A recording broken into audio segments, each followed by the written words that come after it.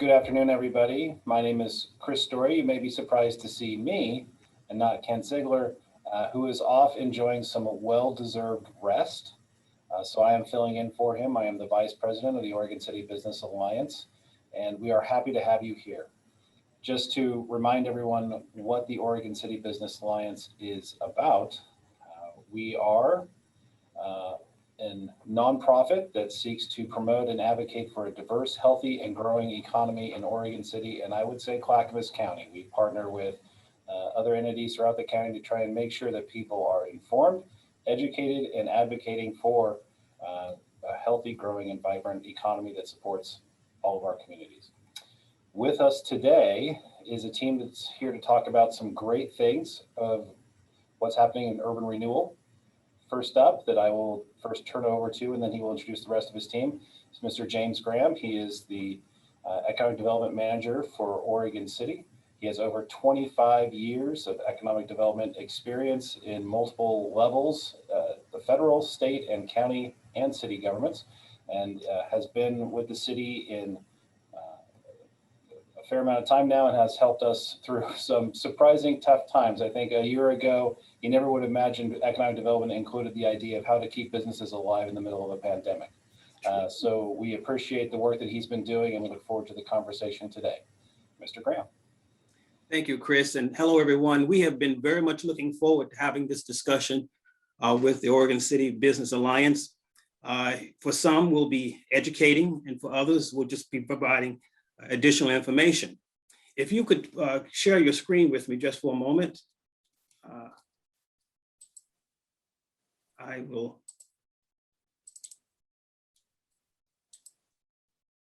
Before I introduce the team, I wanted to share some thoughts here very briefly. You know, urban renewal has been successful in many parts of the country. Matter of fact, it's been successful in Oregon, and it has been successful in Oregon City. If you recall, for some of you in the 1990s, urban renewal, the first urban renewal district was the Hilltop Urban Renewal Plan, and that was considered a success by all standards.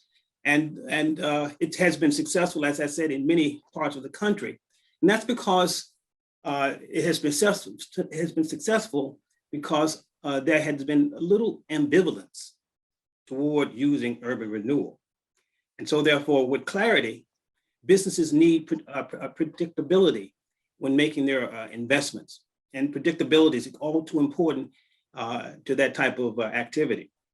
So it's important to have a vision about urban renewal. What should the urban renewal district, how should it support economic growth? What industries should be supported?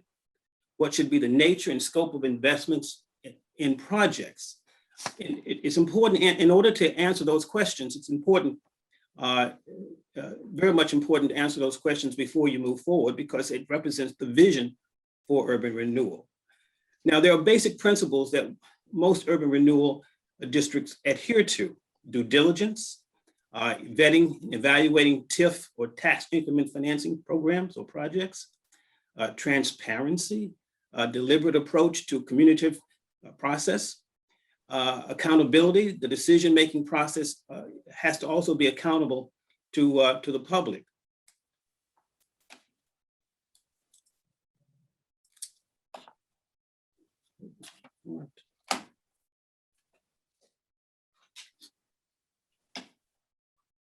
Now, once the decision has been made to go forward with urban renewal, Oregon City really should work to develop a set of policies and procedures and guidelines that implement the urban renewal plan.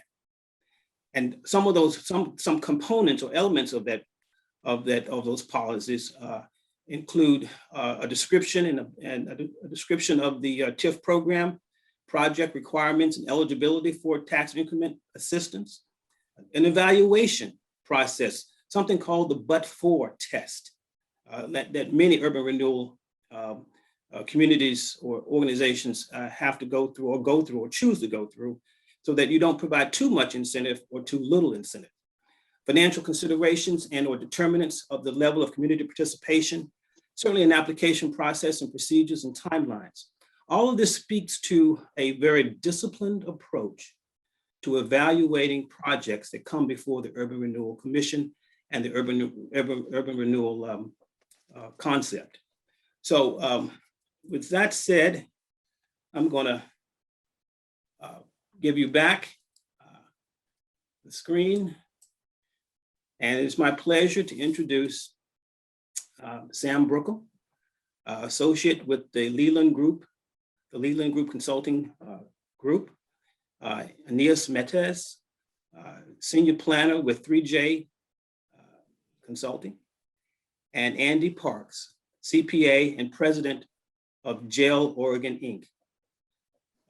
It's my pleasure to have worked with them over the last several months, and I look forward to hearing more of their discussion with you regarding urban renewal. Take it over, guys.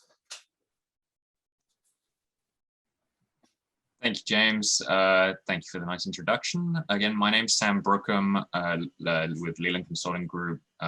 We're managing this study along with Andy Parks of Gel Oregon and Anais of 3J. So with that, my introduction is brief. I will just hand over to Anais right now, and I'll come back to you in a couple of minutes. Great, thank you, Sam. And thanks all once again for having us and for hosting us on your program this morning. We're really excited, as we mentioned earlier, to be here and discuss the Oregon City Urban Renewal Study. And as you have here in front of your screen, we are 3 firms working on a team together for the city of Oregon City. Sam Brookman, Leland Consulting Group, and Andy Pax from Gel Oregon leading the technical work for this project. And then myself, Anais Mate from 3J Consulting, leading the engagement component. So I'm going to run through a couple of slides that just gives a bit of a roadmap for what this project is, what it's been, what we're doing, and then I'm going to hand it back over to Sam to run us through a little bit of an Urban Renewal 101. So next slide. This is certainly not anyone's first rodeo, and actually I think most of these guidelines, which I always love to start out with, are a little bit more relevant to smaller, more open style Zoom formats than the webinars, but I do want to encourage everyone to use the Q&A function at the end of the presentation when we turn it over to discussion. We're going to be presenting a lot of information, and I'm sure folks will have lots of questions. So I will do my best to facilitate virtually by sharing the questions that come in at the end that we can answer live, and then anything that we are not able to get to, we will make sure that we can follow up with. So that in mind, a little brief introduction. What is this project? What is the Oregon City Urban Renewal Study? So the Oregon City Urban Renewal Study is a chance to take a second look at urban renewal as a tool for economic growth, development, and amenities. The goal is to provide options on how to proceed with the urban renewal program in Oregon City. So the project will engage stakeholders in the public in a transparent and thoughtful conversation regarding the use of urban renewal and its impacts on the community. We started this project last fall, and it was born out of an interest from city commissioners, some stakeholders, and some members of the general public about how Oregon City's urban renewal program and district has been utilized over the years. So to begin in our engagement and education around urban renewal, the project launched into a series of activities starting in the fall. So we've been engaged in regular Urban Renewal Commission meetings. This provides an opportunity for project updates, feedback, and guidance on the products and community outreach. Also, we've run a series of stakeholder interviews and focus groups with guidance from the Urban Renewal Commission. We conducted interviews with a series of affected taxing districts. This includes folks like the Clackamas Community College, Clackamas County Education Service District, the Fire District, etc. We've also done a handful of community group presentations similar to this one today. This is really an opportunity to provide broad dissemination of information to a variety of different community groups and organizations. In addition to that, we've also hosted a number of town halls. These were each hosted and ran by an urban renewal commissioner. And this provided more of an opportunity for one-on-one engagement and time with an elected official to learn a little bit more about the details of urban renewal and just also have a more focused discussion. We've paired that with community meetings and an online survey. That is just yet another way to basically get some more information about urban renewal and understand exactly its process and its application in Oregon City. So all of these activities that we've done since last October help identify key questions and concerns that were used to aid in the development of materials for this project, and also just paint a broad picture of our community concerns and interests. So overall, this project has a couple of phases, or it can be described in 3 phases. The first one is education. So this helps us establish baseline understanding of knowledge and information. So this is primarily what we have been doing up until this point. The second phase is facilitated discussion and analysis that is based on the education and shared understanding that we began with in the first phase. And then the last phase is implementation. So this is led and directed by the Urban Renewal Commission. And so we've really focused a lot of our attention in the first phase, and we are transitioning into that second phase of facilitated discussion and analysis. So for any of you that where this project is wholly new, we do have information online. There is a project website that is embedded in the Urban Renewal page on the city's platform. There you'll have all the information presented this afternoon or this morning, but then also all the materials we've prepared throughout this process so far. There's a pretty robust project library there, and I encourage everyone to go check it out when you have a moment.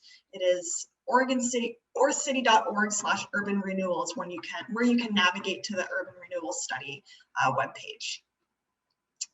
All right, so that was a little roadmap of the project. I'm going to hand it over to Sam, who is going to run us through a bit of an Urban Renewal 101. Thanks, Anais. So for as Anais mentioned, that we've been going on with this project for a little while now, so much of this will be familiar to people. I've tried to condense it down a little bit to move on to some other topics for some more facilitated discussions here. But just as a reminder here, you know, what is Urban Renewal? Well, it's a state financing program. It addresses blighting influences in certain areas. It's been around for a long time, about 60 years since it was authorized for cities and counties in the state in 1957. And it's actually gone through multiple revisions since its creation. The state continues to amend it on a regular basis. Basically, what it does is provide a financing mechanism to cities in Oregon to implement city plans by using increases in property tax revenue to fund projects and programs. Now, the theory of urban renewal is that if public investments are made in the quote blighted area, its projects will contribute more to the local economy and to the property taxes which support all the taxing jurisdictions. And there's a couple of places there I've mentioned blighted influence, so it's blighted influences and conditions, so it's always good to define that term. It is defined pretty broadly by the state legislature in Oregon Revised Statute 457 to include all manner of things, including underdevelopment or underutilization of property, poor economic growth, poor conditions of buildings, poverty, inadequate infrastructure, including streets and utilities. And you can see what that might mean in terms of sort of if we were to do a windshield survey of different areas, it's incomplete sidewalks or vacant property that stood vacant for a long time without investment or deteriorating sidewalks, for example. Now it's pretty simple what it authorizes the city to do, and that is to use what we call tax increment financing as a mechanism to fund those projects. What tax increment financing does, or TIF for short, is actually captures the growth on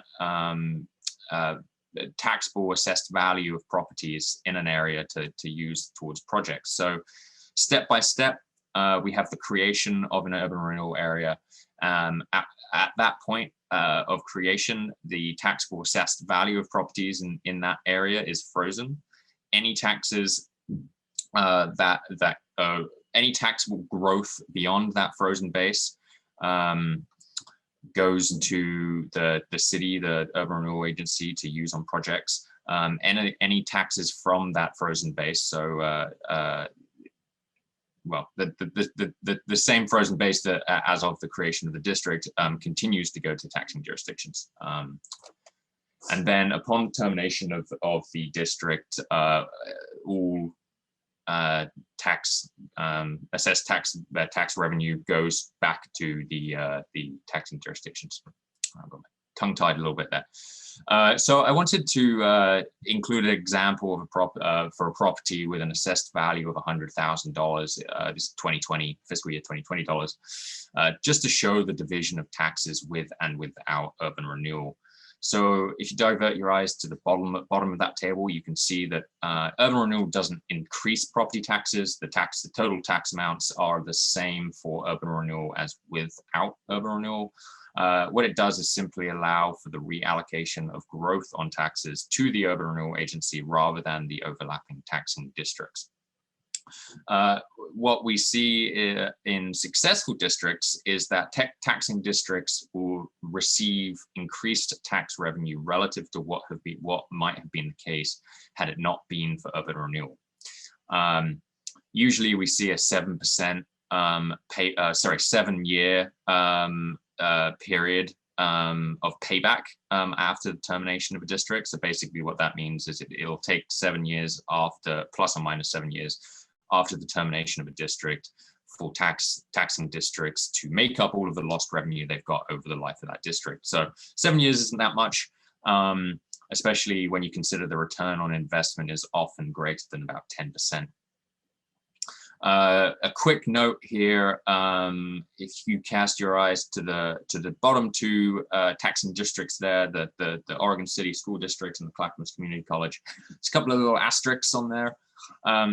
That's because there are state programs that implement an equalization formula to ensure that funding remains relatively consistent. So any foregone tax revenue is pretty much made up by the state. So for all intents and purposes, you don't see school districts in the state lose out on a lot of revenue or funding because of urban renewal. Other taxing districts, for example, the city of Oregon City, the fire district, they continue to receive the same tax revenue from property taxes in the district as at the time of the creation of the plan. So as activities and things increase, a level of service has to continue with that same level of tax revenue funding, which is often a concern of many opponents of urban renewal, which is also why during the creation of a plan, those taxing districts are part of a central part of any engagement efforts as cities and urban renewal agencies go to plan for the creation of a plan. So what can it pay for is the next question. And really it is anything capital or permanent, but it can also pay for business and property improvements. So it might be catalytic projects that are needed to spur new investment in an area. It might be infrastructure projects that might not otherwise occur without TIF. Such as utilities, transportation, etc. And it can also incentivize development or redevelopment and major improvements to properties that might also not otherwise occur without TIF. Specifically, that might be transportation infrastructure, it might be pedestrian and bicycle infrastructure, streetscape beautification projects, utilities, development assistance programs, parks and plazas, site-specific projects, and public buildings, such as the City Hall. Just a quick background of urban renewal in Oregon City, as James mentioned, this isn't the first or urban renewal plan or district in the city. Back in 1983, the Oregon City Downtown Urban Renewal Plan was adopted. About 7 years later, the commission removed the downtown area from that plan, added projects and activities, and renamed it the Hilltop Urban Renewal Plan. That same year, the downtown Oregon City North End Urban Renewal Plan was adopted, which is the one you see today. And then 15 years after that, in 2005, the Hilltop Urban Renewal District closed after math, about 22 years here. And then jumping 2 years ahead to that, the commission approved a substantial plan amendment for the downtown plan. So that's what we see now here today. And the amended plan included different projects and increased the maximum indebtedness. And in 2020, the city hired us to help reevaluate urban renewal as a tool. So I wanted to take a moment just to talk briefly about that Hilltop district. It was 187 acres that included the red soils industrial area. As a point of comparison, the current district is 855 acres. And actually, it was seen as, from a taxable assessed value growth perspective, it was incredibly successful, seeing 1100% in taxable assessed value growth. It created 500 new jobs, and generally speaking, that came down to the Red Soil campus development that included an OHSU extension location, among some other sort of high-tech firms like Optimize Technologies and Orchid Author. And it's important to note here that although not inside that district, the Hilltop Mall and the Berry Hill Shopping Center were adjacent to the urban renewal area, and saw some investment also as a direct result.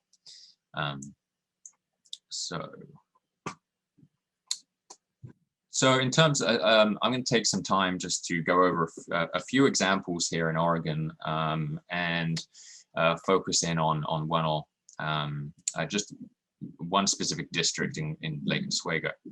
So as I said, it's been urban renewal in the state has been around for a long time now.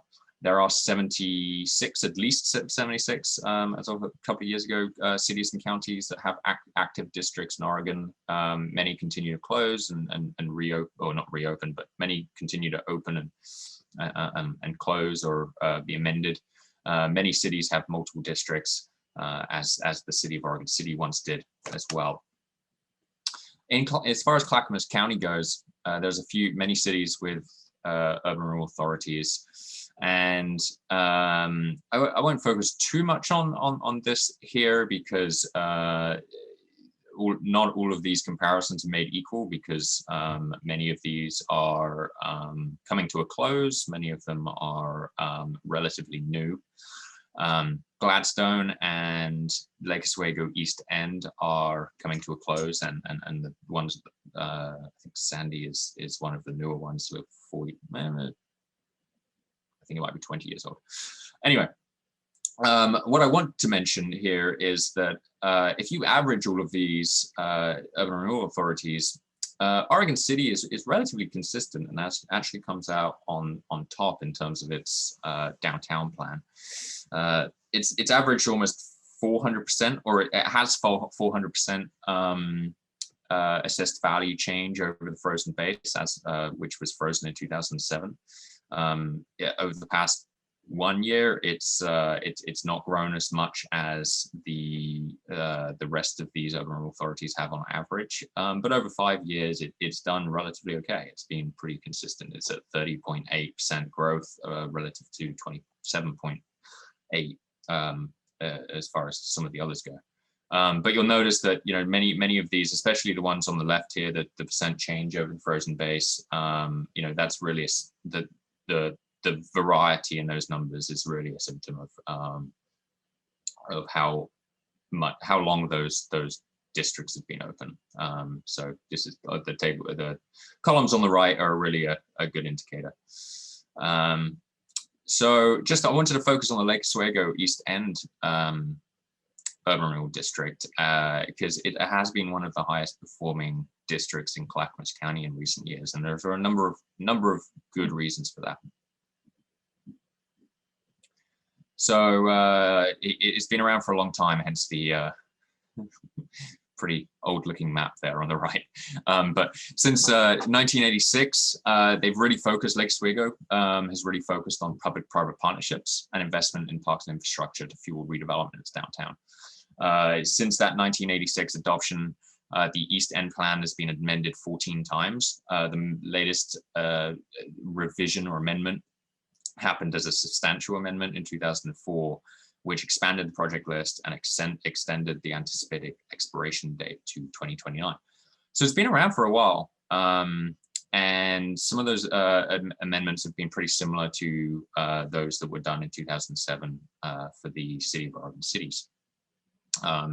Basically just coming into compliance with new laws, as I said, adding projects, but it also adjusted the boundary and added some, it increased the maximum indebtedness to accommodate those projects. And I say there's a reason for its success, and the city was very deliberate and strategic in how they planned out their projects, and you can really see it in multiple phases.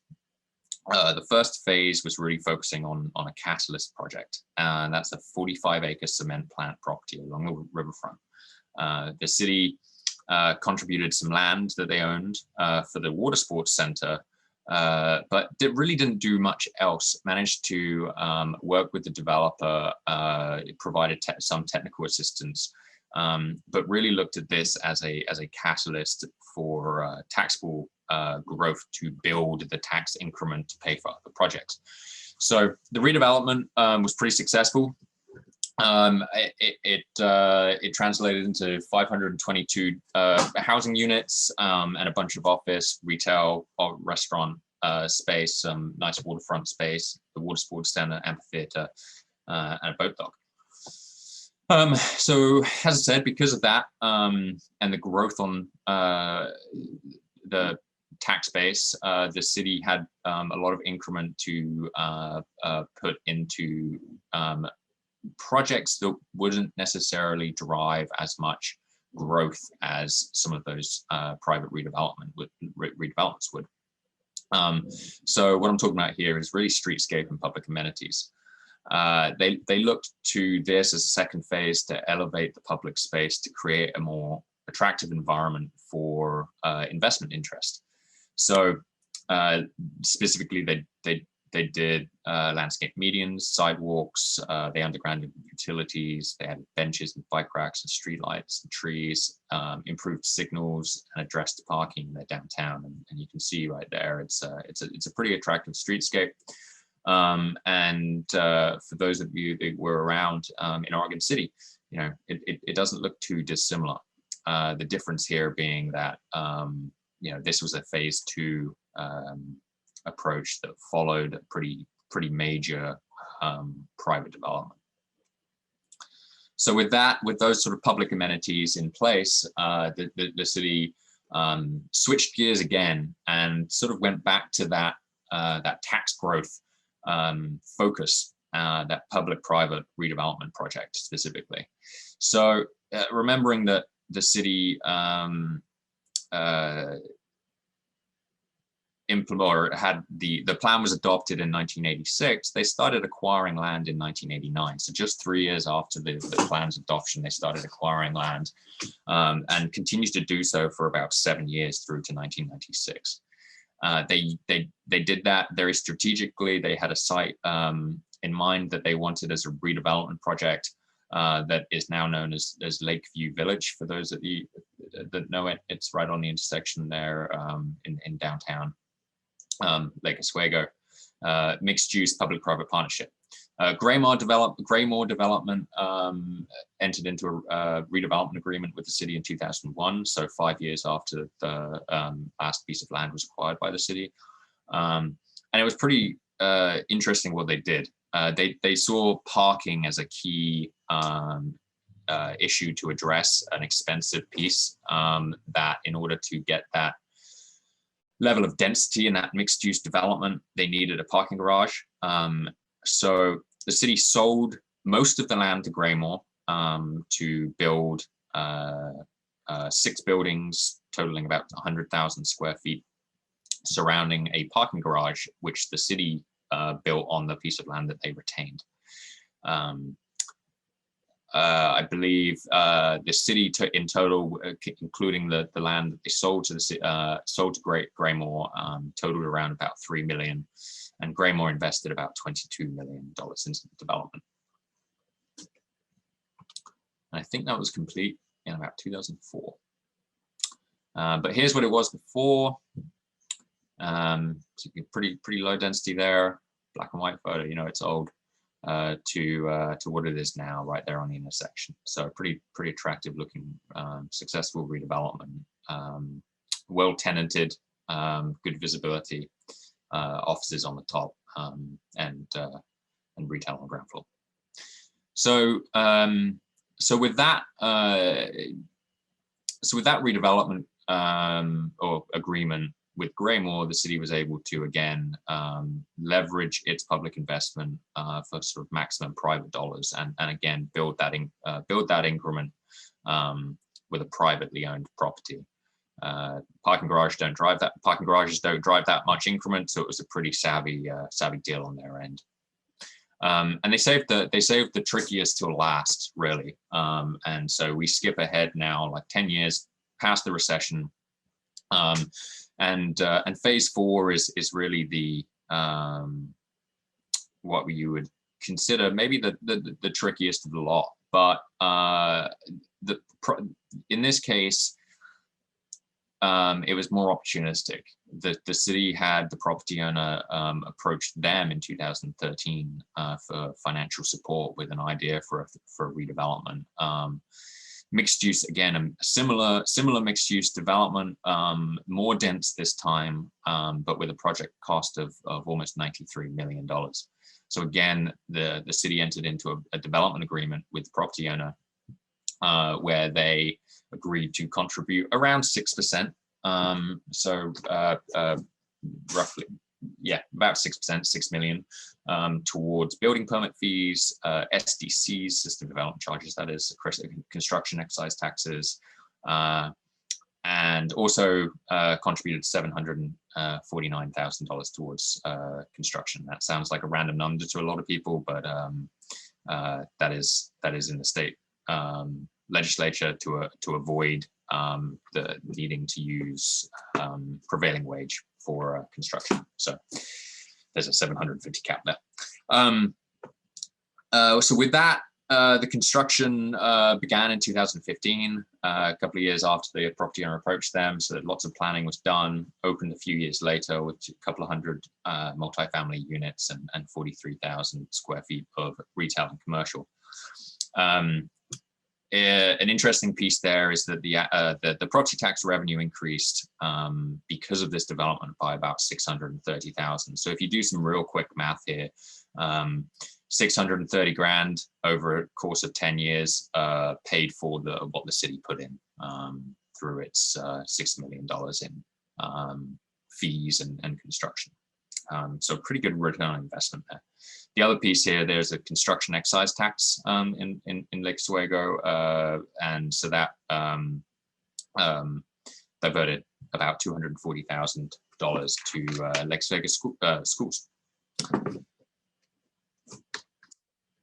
So here's what it was before. So it's a tricky, expensive redevelopment project with an existing building, and again, it was property owner driven. And here's what it is now: 3 or 4 stories, ground floor retail, lovely bit through the middle, pathway, pedestrian walkway, and access to the lake there, on-street parking, and parking in the middle as well, underground parking. So lessons learned here: phasing is critical. You need to be deliberate. You need to have a plan. You need to start with catalyst projects a lot of the time to grow the tax base and build increment for other more community-based projects that might not necessarily grow that increment. Strategically acquiring property to redevelopment is something that happens a lot with redevelopment agencies or urban renewal authorities. And also that large redevelopment projects can take time.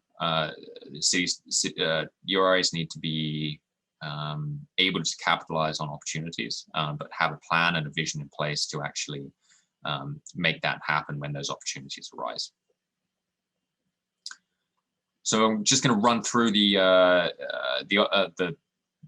current district and what we found through our work now, and briefly talk about next steps just over the course of the next 5-10 minutes. So the downtown North End district, as I said, it's 855 acres for those of you that aren't necessarily familiar with the boundaries. It covers the old landfill site, the Clackamas Cove, comes all the way through downtown and up the 7th Street corridor. The current plan, or urban renewal plans, require all manner of things, one of which is to display or to show the relationship to local objectives. And if you're really interested, it's section 400 of the plan. It describes the purpose as eliminating blighting influences found in the district, but also, and most significantly, implementing the goals and objectives of the comprehensive plan, as well as the Oregon City Futures Report, which is 2004, which was a strategic report done for this area and lays out a number of actions and projects that should be implemented. Significantly also, the plan is intended to be amended as necessary to remain consistent with the comprehensive plan, but also other objectives. We know the city is going through some comp plan updates right now. And the last amendment to this plan was 2007. So things to consider. Once again, if you just all 3 goals there, but I think the most applicable for this conversation is number 2 here. A goal to improve the urban renewal area as a commercial and employment center and stimulate private development in the area. A quick word about what's available right now in terms of money. We talk about the maximum indebtedness, and that basically just means the amount of principal included in the plan, or in layman's terms, the amount the Urban Renewal Authority can spend. So it's 130 million roughly, and most of it is remaining, well in excess of $100 million before all plan activities need to cease. How has it performed? We've done a little. We've talked about this briefly, but relative to the city, assessed value in the district, it has increased at a slightly higher rate than the city, at around 4.8% relative to 4.29. Typically, we see rates. In successful districts, we see rates well in excess of that. But at the end of the day, the district hasn't completed much of the original plan, primarily because of the incompletion of the landfill redevelopment sites, the Rivers projects, ROB project, and the Clackamas Cove redevelopment as well. Once again, I mean, these are the projects in the plan currently. Again, we've got most of the maximum indebtedness. Sorry, most of the funds in the plan are for the Rossman landfill site here, historic downtown, of which much has been spent. But there's been, as I said, I think the takeaway here is a lot. Not much has been done in the plan since 2007. How has it used it? There have been grants for facade improvements and adaptive reuse and rehab projects, loans and grants for business startups. It's funded streetscape improvements, specifically Washington Street improvements from 12th to 16th, the Highway 213, McLaughlin Boulevard enhancements, the 7th Street enhancements, a number of community amenities, including the River Trail, Carnegie Center, Liberty Plaza, and it's provided some limited and some technical assistance to developers and businesses as well. So if you compare it to Lake Oswego here, these are many of the sort of the phase 2 projects that you saw in that, and it relocated City Hall. Just to run through before and afters, this is familiar to I'm sure a lot of people, but you can see the differences. You can see the investments that Urban Renewal has had in terms of infrastructure, mostly sort of transportation, streetscape. The Amtrak station is a big one here. Some building facade improvements. Increase, helping to improve the sort of vitality of downtown.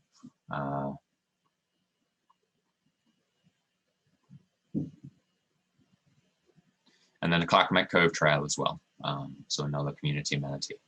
As I said, I mentioned the Rossman landfill and the Clackamas Cove. Rossman landfill remains vacant and was identified as a $240 million private investment originally, funded with helped with a $30 million urban renewal investment.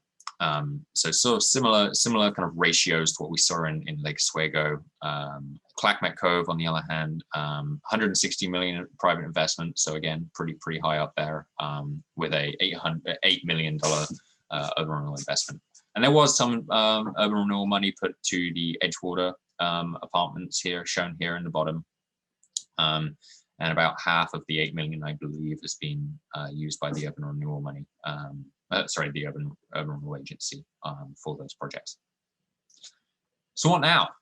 I guess that's what we're all here to sort of find out. And as Anais mentioned earlier, this is sort of the next phase of the last phase of our work, is to basically help the commission, the Urban Renewal Commission, decide based on everything that they've heard throughout this study, as well as the analysis we've conducted, to look at two main alternatives and make a decision whether or not urban renewal is something that they want to use to improve the economic vitality of downtown or other areas in the future. So there are two main decisions. One is whether to retain the district or retain urban renewal, or to close the district. That's pretty much the crux of it. If you retain, you can make amendments. You can use it as is. So this is what that looks like in terms of a decision tree. Do you want to use urban renewal? If yes, does the current plan meet the current needs of the community, or is it in line with the goals and objectives of the comprehensive plan and other sort of vision criteria laid out by the city, or does it not want to use urban renewal? And again, that's a pretty quick answer, and that's to close the district. So if we're talking about whether it does, then you look to retain the district as is, and there's other options within that too, or amending the plan. And there's a number of different options for the city to amend that plan, including adding termination dates, or changing projects, or adjusting boundaries to accommodate projects, or increasing frozen base, or even increasing the maximum indebtedness if it determines that there are projects that need to happen and do not fit within the current financial limitations of the plan. So lots of decisions, but it really boils down to one core issue. So that's all I've got for y'all right now, and we're happy to answer any questions you might have. So I will hand it back to our facilitator.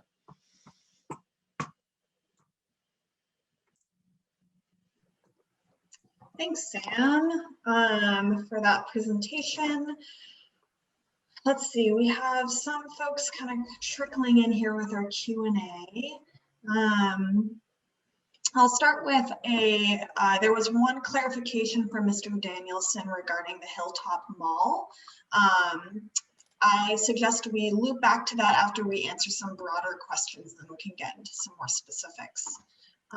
But it looks like we have a question in from someone that states, are there plans and any kind of funding to include art and culture into the Oregon City Urban Renewal plans?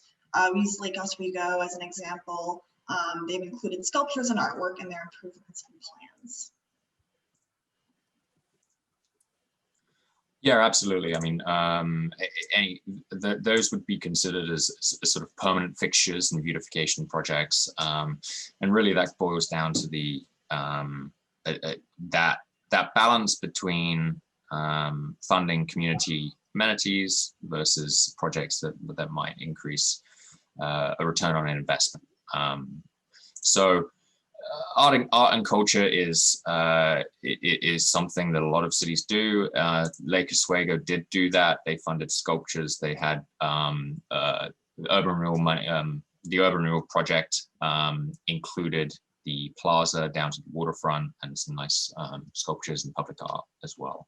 So that was all sort of part of a few of their projects. Great. Renata, would you like to go ahead and share some of the questions you've received on your end? I'd be happy to. There are several that some of the board members wanted to have you address just kind of as an overview. And then there's a hypothetical, and then of course, any questions from our audience. So first, urban renewal has been described as one of the most effective ways to breathe life into neglected areas within a city or municipality that has significant challenges that discourage private investment.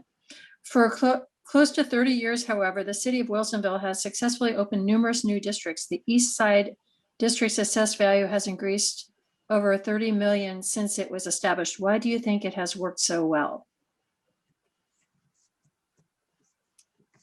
So without knowing the ins and outs of Wilsonville specifically, urban renewal districts perform well when there is clarity and certainty around what needs to happen, what that vision is, as James was mentioning at the start of this webinar, but also when there is an understanding from basically all interested parties.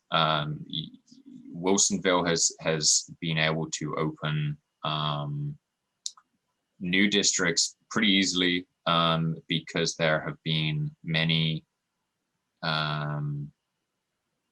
well, they've built on their success essentially. That there is community investment in those areas, understanding and a level of trust and understanding from sort of private development parties, the city, the community at large, and so they're generally pretty small. Also, I think they're pretty targeted. They have a pretty clear vision about what they want to achieve in those districts.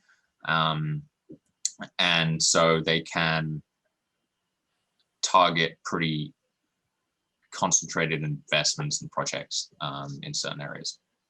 So I think that was pretty much what it boils down to. Andy, have you got anything to add to that?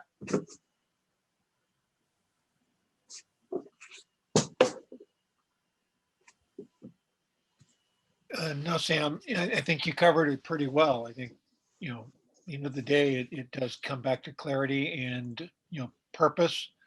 And that, I think within the Wilsonville model, as I'm understanding, their particular things, they somewhat narrowly focused in that particular area, as with a couple of other urban renewal districts. This particular district is, I think, more akin to the Lake Oswego development that involved a number of high value type developments occurring on some very tricky sites. You mentioned the Ross landfill relative back to, say, the type of brownfield situation existed in the Lake Oswego East End project. Great. I have several other questions. The next is, urban renewal districts have been successfully implemented in the past to assemble individual parcels of land, develop streets and underground infrastructure and public open spaces. With the extreme workforce housing crisis affecting Oregon City and other local jurisdictions, do you think that urban renewal districts should be established to assist Oregon City's approved and adopted concept plans in getting off the ground? Presently, not one application has been submitted, even though the areas were brought in to the UGB in 2002. If not, why not? So I think there's a few questions in there that I'll try and answer sort of piece by piece. I think the first is to address the issue of sort of workforce housing, and it really depends on whether you're talking about regulated affordable housing owned by something like an organization like a housing authority, because that would be a tax exempt property and that wouldn't drive increment growth or drive increment. That's not to say that that shouldn't be part of a plan. That is a policy decision on the side of the city, whether to fund those projects with urban renewal dollars, knowing that they won't get a return. And a lot of cities do that. They have that balance, as I mentioned earlier, between tax exempt property, private investment that does drive taxable growth, and community amenities. The other piece I think that they mentioned was helping to kickstart sort of concept investment in concept plans. Again, it's a policy decision if that's determined that that is something that the city wants to do and help fund with urban renewal dollars, and it fits within the vision for the district. Absolutely. And then new property that comes within is brought within the UGB without knowing where it is. If it's not within the district, it can't be. It can't receive urban renewal dollars. But again, the city can amend the plan to bring that property in order to make it eligible to receive urban renewal dollars. So those are all they're all questions that that are sort of more policy oriented, I think. And what we've seen is, again, I think the crux of it is really just striking that balance between the project list. Yeah, I'll stop there. Okay. So here's a suggestion about establishing a newer urban renewal district. What must happen to develop the industrial lands on Beaver Creek Road across from the college? Do you feel that another urban renewal district will have to be initiated in this area? Andy, do you want to take that one? Yeah, and I'm sorry, my internet phased out just a minute. Could you repeat the question again, please? Certainly, happy to. What must happen to develop the industrial lands on Beaver Creek Road across from the college? Do you feel that another urban renewal district will have to be initiated in that area?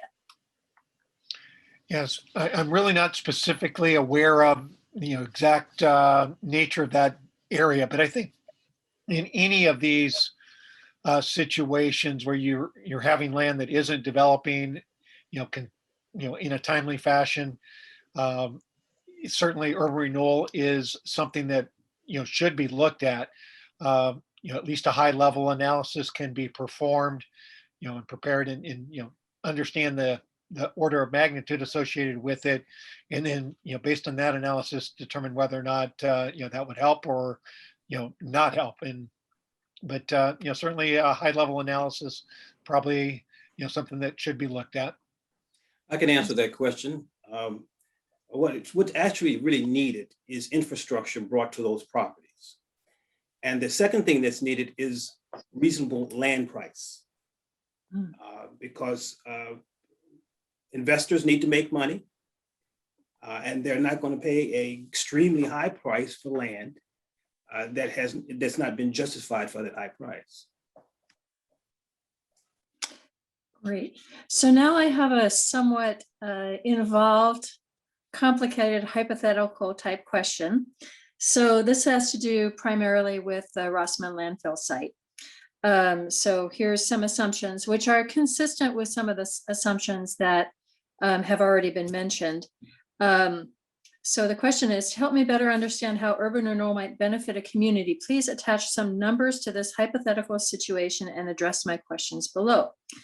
The undeveloped land pays $30,000 a year in property taxes. Once developed, the assessed value would be $250 million.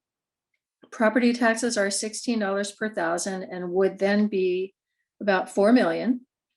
the property tax development qualifies as an urban renewal funded, urban renewal project. And it needs about 20 million in investment to make it go. Once developed, 1,500 new jobs would be created, including 350 to 400 family wage jobs. Okay, so here's a series of 8 questions pertaining to that scenario.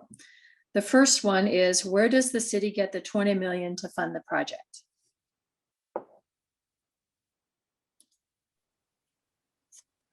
Yeah, I can go ahead and take that one. I mean, it's in the plan right now, $30 million. The Urban Renewal Agency presently has debt capacity of that amount. Right. So, That's it's a not project that can move forward today if there were all the other pieces in place. wonderful. If from a municipal bond issuance, what is the source of payments on the $20 million bond? The source of payment would be the property taxes that are currently coming to the Urban Renewal Agency, which were, a little over 3 million a year presently. Okay. Does the source of repayment come from property taxes? You said that. Are the post-development properties now 4 million per year under this situation? Can you repeat that? I'm sorry. Are the post-developed property taxes now 4 million per year under this situation? Right now, it's a little over 3 million. And yeah, with that, type of development to occur, I mean, it's going to be much greater. Great. Sounds good. Under today's low interest rate market, what would be the annual bond payments? Oh, annual bond payments on 30 million are going to be roughly 20 million. 20 20 million. million. I'd have to go back in and run the numbers, but it's roughly about 70,000 per million. So Okay. about 1.4 million. Let's see.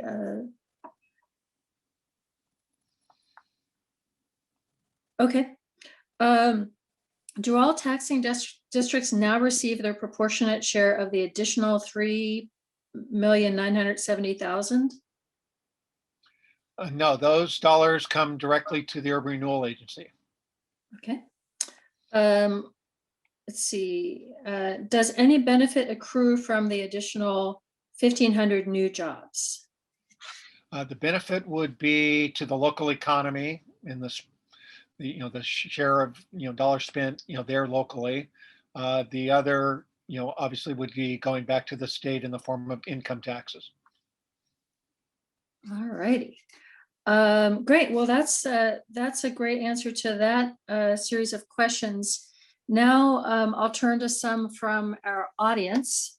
Who approves whether or not the city moves forward with this urban renewal plan? Is this a vote by the citizens of Oregon City?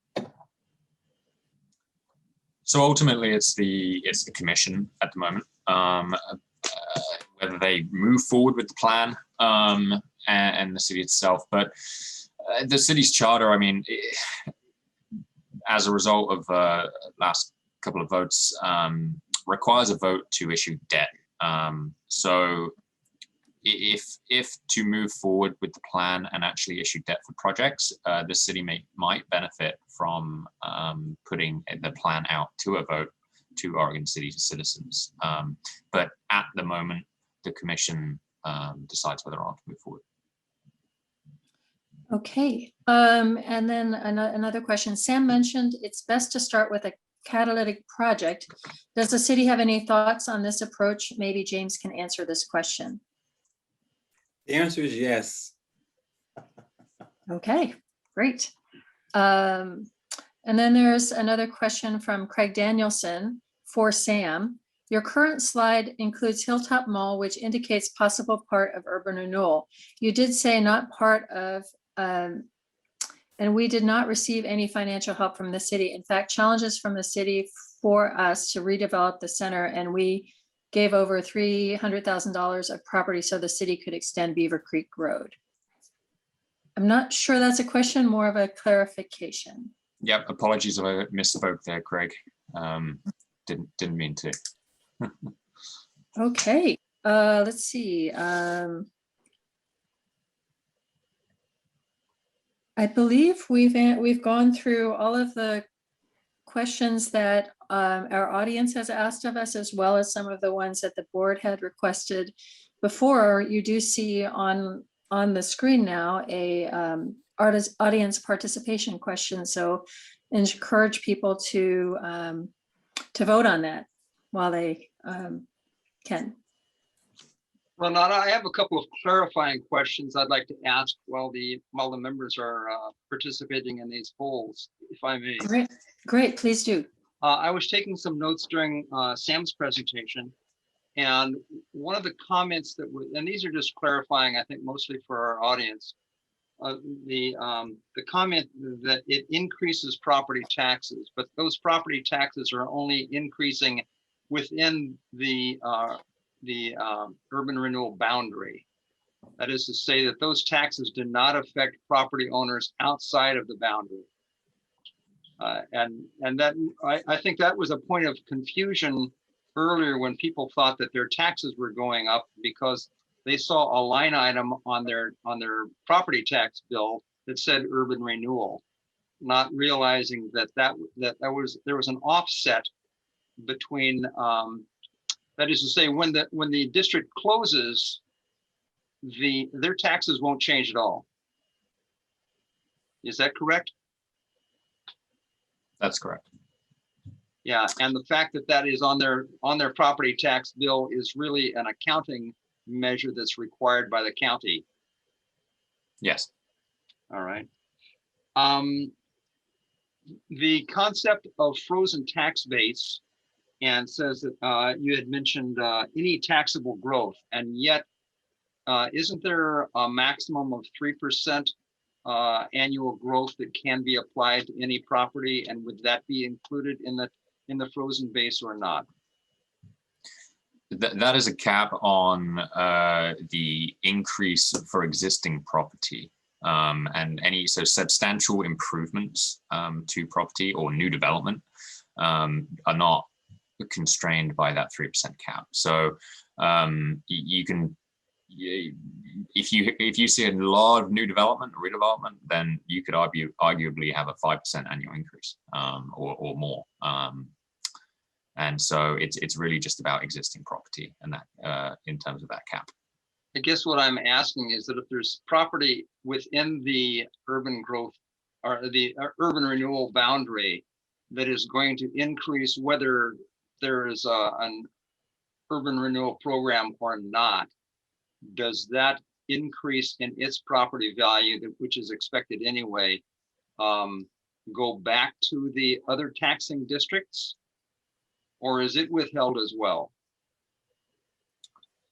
So all growth is withheld as long as the district is active. Yeah. Yeah, all growth on existing and new property. All right, and the last one that I had made a note on, and I don't know that I had ever actually heard this number before, but you said that often, and I'm quoting here, often the rate of return on an urban renewal program approaches 10%. That's a pretty substantial rate of return for any investor. And as the city, as it has to consider itself occasionally as an investor, 10% sounds like a pretty sweet deal. I can't imagine why is there opposition to it. Well, for I think the opposition to urban renewal is often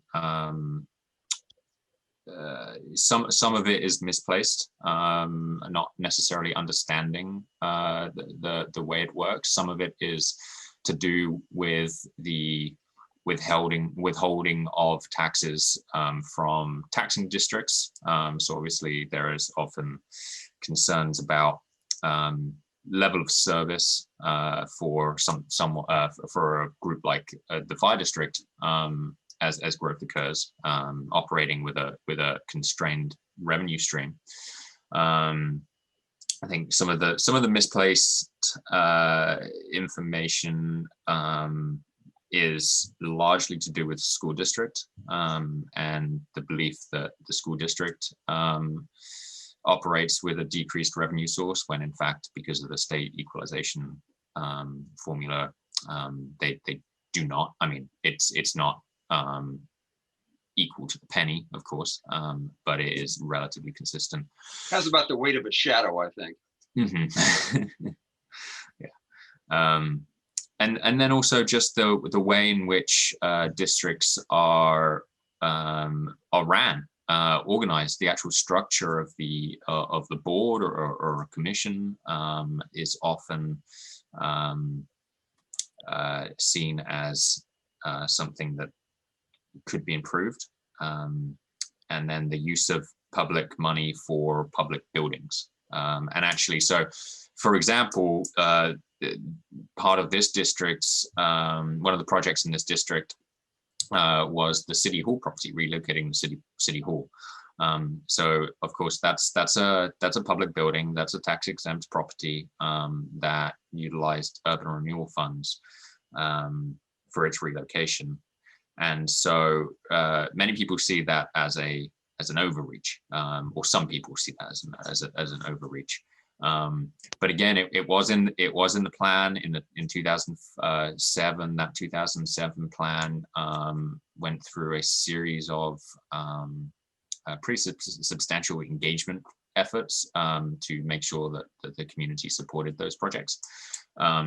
So, you know, to the extent possible, the plans are supportive or are supported by the broader community. Obviously, things change over the course of many years, and as of, I think it's last year or the year before, the city, sorry, not the city, the state changed the requirements for including public buildings in urban renewal plans to require the 3 of the 4 largest taxing districts to actually sign off on a public building. So if you were to do that project now, again, you would need sign off from the city, the fire district, the county, and I think the school district. I think those are the 4. So yeah, that's a pretty long-winded answer to that question, but I think I've covered everything. No, that's fine. I appreciate that very much. Thank you. I have 2 more little follow-ups if we have time, Renata. Yes, and we do have one other question that came in from our audience. Well, let me knock these 2 off quickly then. Just another point of clarification. When the question was asked previously about the impact of 1,500, the potential of 1,500 hypothetical new jobs, and that was asked as to what that influence would be. And I think that Andy did a good job of responding to that. But I think one piece that was missing was that those additional employees would need a place to live, and there's the opportunity that they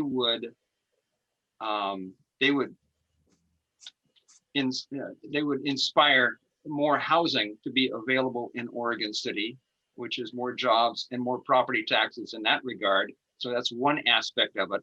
Another aspect of it is with more people living in Oregon City, there's a good percentage of them that will have children that will be going to school. And the formula for funding for schools is based on, for the most part, on their population and the attendance on their school. Well, they call it population, but it's the population of the school itself. So more students means they get more money. So that's actually a spinoff of more jobs as well. I would just make that point unless there's some contradiction to me. And the last thing is that I wanted to make was James's comment at the beginning about how ideally an urban renewal program is formalized and structured and objective and goal oriented and all of those good things. And I would say in an ideal world, that's absolutely true. But I think most of us have lived long enough to realize that life itself is sometimes a little messier than that. There's often a lot of give and take. There's often a lot of negotiation. There's often a lot of business people like to minimize uncertainty, but reality is you can't eliminate it entirely. There's always going to be some gray edges, some softening of some aspects of the plan, no matter what we come up with. We strive to make it organized and structured, but the reality is it's an organic process. Those are my comments. Thanks for the time. Great. Thank you, William. And the final question from our audience is, could urban renewal funds be used for a quiet zone in downtown? Yes. Right. All right. Well, we've done a great job of, thank you to the panel for answering those questions so thoughtfully. You provided a lot of information. With that, I will give the podium back to Chris. Yes, indeed. Thank you, everyone, for participating in the panel today. It was certainly informative. And I recognize in many ways the constraints that you're operating under as professionals, as staff of the city or professional consultants to the city. You're trying to provide information to the public so they can try and make informed decisions and discuss the issues with their elected officials about how to move forward. You're not here to tell us exactly how everything's going to move forward. And we appreciate that distinction. And thank you for being willing to come here and answer questions and help us be educated on the issues. Having noted that, I was really intrigued by some of the poll results. So I wanted to flag those to the membership, make sure everyone saw that. The first is whether or not urban renewal seemed like it was a beneficial resource for economic development. 90% said yes. So I would say from the standpoint of people participating, at least in this forum, and again, as communicating that information back to our elected officials, there is a overwhelming sentiment that urban renewal is a valuable resource that should be utilized to help move projects forward. Next was the question around using urban renewal in support of the landfill. And there's certainly been some discussion around a potential project in that area. And again, very strong support for the idea of recognizing that being able to convert a garbage landfill into an economically productive asset is exactly the type of remedy of blight that urban renewal seems to be designed for. So 70% said absolutely yes, and 30% said, I'm not sure, but I'd like to learn more. And 0% said absolutely not. So that's a fascinating takeaway. And then finally, we were talking about parking at the Blue Heron site. There, people, I would suggest that it was a majority, 56% said absolutely do that.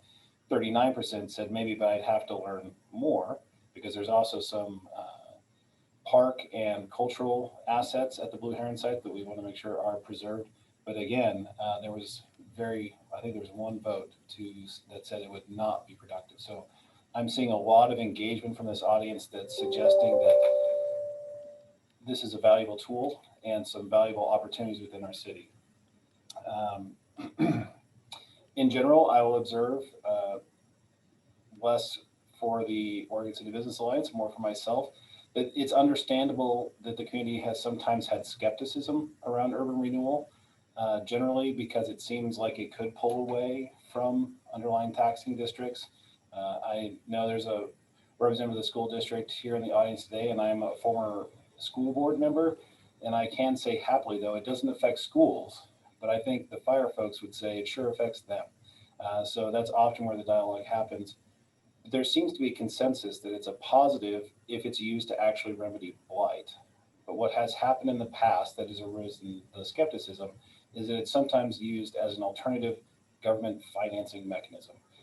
And you get things built like city halls that don't seem to add to the assessed value of property, and makes people question whether or not urban renewal is serving its purpose. And I think that's a fair question. But I think the projects that are being spoken of now, and here I'm going to emphasize two key projects for the future of Oregon City: the Blue Heron site at one end of downtown and the landfill site near the Cove at the other end of town, are two absolutely key, you might say, marquee projects that have the opportunity to create a fantastic corridor of economic opportunity for Oregon City and the region. They're at the junction of 205 and 213, ranging out to 99E and the junction with West Lynn. So it has the opportunity to be very impactful for our region. And it may be that urban renewal is the key tool available to try and make something happen. So we look forward to that dialogue with the Urban Renewal Commission and the City Council. And we thank everybody for their attendance today. Have a great day, everybody. You get the gift of 15 minutes early. Thank you. Thanks, everybody.